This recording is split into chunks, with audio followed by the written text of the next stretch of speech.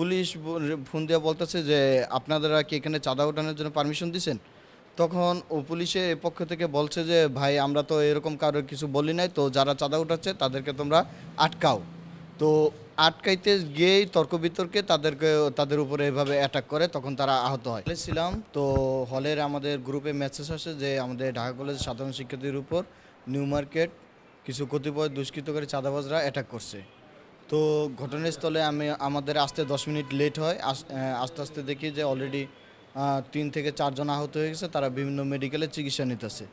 তো আইসা জানতে পারি যে ঘটনা কি, ওরা নিউ মার্কেটে বলাকার সামনের দিক দিয়ে যে ভাসমান দোকানগুলো আছে সেখানে ওরা চাঁদা তুলতেছে, রেগুলার চাঁদা তোলে। তো সেখানে যে চঞ্চল এই যুবদলের সদস্য সচিব এবং তার সাথে যে তার কর্মীরা আছে আর ওদের সাথে যে নেশাখোর মাদক ব্যবসায়ীরা আছে, ওরা সম্মিলিতভাবে অ্যাটাক করে।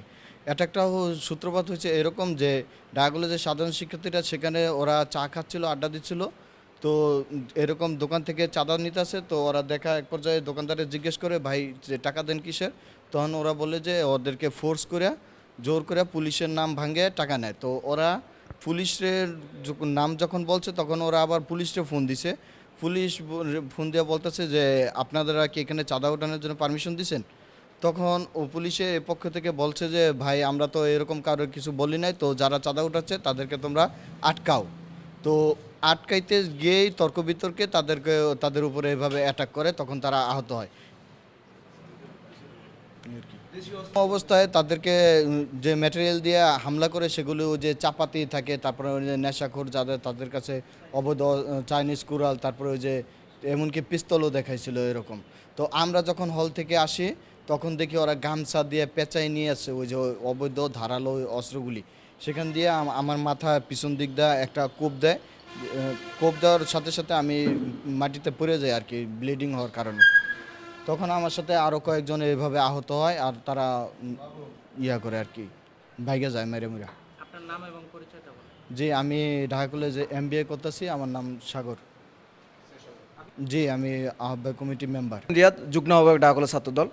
মূলত আমরা নাইমের গলির মাথায় বৈশাখ কন্টিনিউ সবসময় যে রাজনীতি আড্ডাটা দিই ছোটো ভাইদেরকে নিয়ে চা খাইতেছি, এর মধ্যে আমাদের গ্রুপে একটা মেসেজ আসছে যে ঢাকা কলেজ ছাত্রদল কিছু চাঁদাবাজদের বাধা দেওয়ার কারণে তাদের উপরে অ্যাটাক হয়েছে।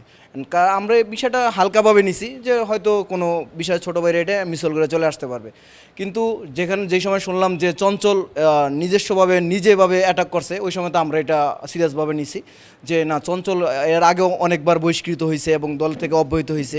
সে ঢাকা কলেজ ছাত্রদল এবং নিউ মার্কেট রিলে একটা বিস্ফোরার মতো হয়েছে। সে দলের নাম ভাঙে এবং দলের ক্ষতি করার জন্য বিভিন্নভাবে বিভিন্ন জায়গায় মানুষের থেকে চাঁদা আদায় করে। এটা আমাদের ছোটো ভাইরা বাধা প্রদান করছে, তারপর ছোটো ভাইদের উপরে অ্যাটাক করছে। আমরা এই বিষয় নিয়ে আমরা সর্বোচ্চ মহল, আমাদের ছাত্রদল ঢাকা কলেজ ছাত্রদল সর্বোচ্চ পর্যায়ে যাবে এবং এই চাঁদাবাজকে নিউ মার্কেট এরিয়া থেকে, ধানমন্ডি এরিয়া থেকে কীভাবে উৎখাত করা যায় এটা আমরা সর্বোচ্চ ভূমিকা নিব এবং আমরা সিনিয়রদের সাথে ইনশাল্লাহ কথা বলবো। আপনারা যদি ওরা যদি আহত হইতো তাহলে আর ঢাকা কলেজ ছাত্রদল অথবা ঢাকা কলেজ সাধারণ শিক্ষার্থীরা কোথাও গেলে এককভাবে যাইতো না। ওরা যে জায়গায় আড্ডা দিছে, আড্ডা দেওয়ার জায়গা ওখানে আজকে বুধবার মঙ্গলবার মার্কেট সব বন্ধ, ওরা ওই জায়গায় বসে আড্ডা দিতে আসে, ওদের সামনে চাঁদাবাজি করতেছে। ওদের বিবেকে লাগছে যে দলের নাম ভাঙ্গায়া তারা চাঁদাবাজি করতেছে। অবশ্যই এটা আমার দল চাইবে না দলের ক্ষতি হোক, এটা আমার সাধারণ শিক্ষার্থী এবং যারা ছাত্র দলের সাথে জড়িত তারা চাইবে না যে দলের ক্ষতি হোক। তার জন্য ওরা বাধা দিছে, বাধা দেওয়ার পরিপ্রেক্ষিতে ওদের উপরে অ্যাটাকটা হয়েছে। এর আগেও আপনারা খোঁজখবর নিয়ে দেখবেন, এর আগেও ও চঞ্চল কতবার এই দলের থেকে বহিষ্কার হয়েছে এবং অব্যাহতি দেওয়া হয়েছে এই চাঁদার কারণে। আর আমরা চাই অবশ্যই আমরা